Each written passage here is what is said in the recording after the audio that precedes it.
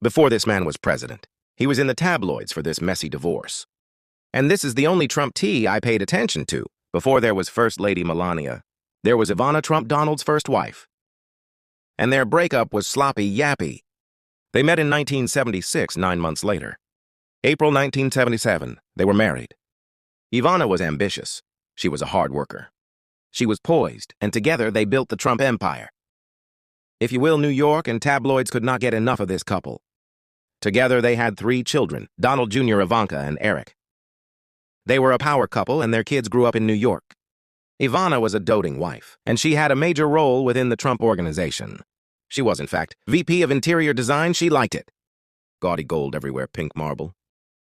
You get the idea. In 1989, they're in Aspen on a ski trip where a young blonde named Marlamaples. He's up to Ivana and says, "Hi, I'm Marla. I love your husband." "Do you?" Ivana said. She replied, "Get lost. I love my husband," but this was a huge scene in Aspen. It was all over the tabloids, and Donald told her, "You're overreacting." A couple of weeks later, he attended a New Year's Eve party with his mistress, Marlamaples, apparently. Marla and Donald met in 1984, and they were having an affair, and he was putting her up everywhere. I guess she was living on one of his yachts. At one time, this affair and the Aspen incident was all over the tabloids. In February, Marla was overheard saying he was the best she had ever had. That same month, he tells Ivana it's just not working out. So they file for divorce, but Ivana, she's contesting the prenup. She's like, "I helped you build your empire." It's a battle. Donald locks Ivana out of her office.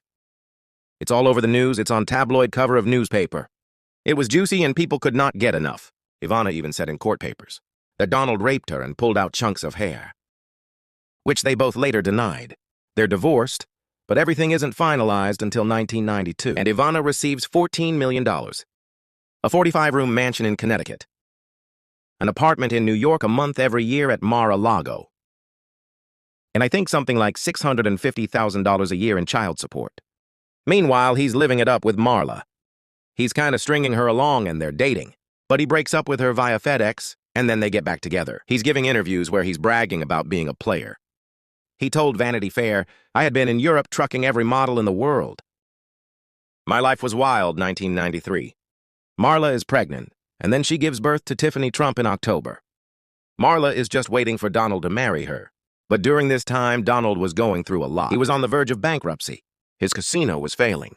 So they negotiate a prenup, and it's basically like you get $1 million, no alimony, and you can't talk about it. She's getting the short end of the stick. But what can she do? She wants to marry him. She has nothing, right?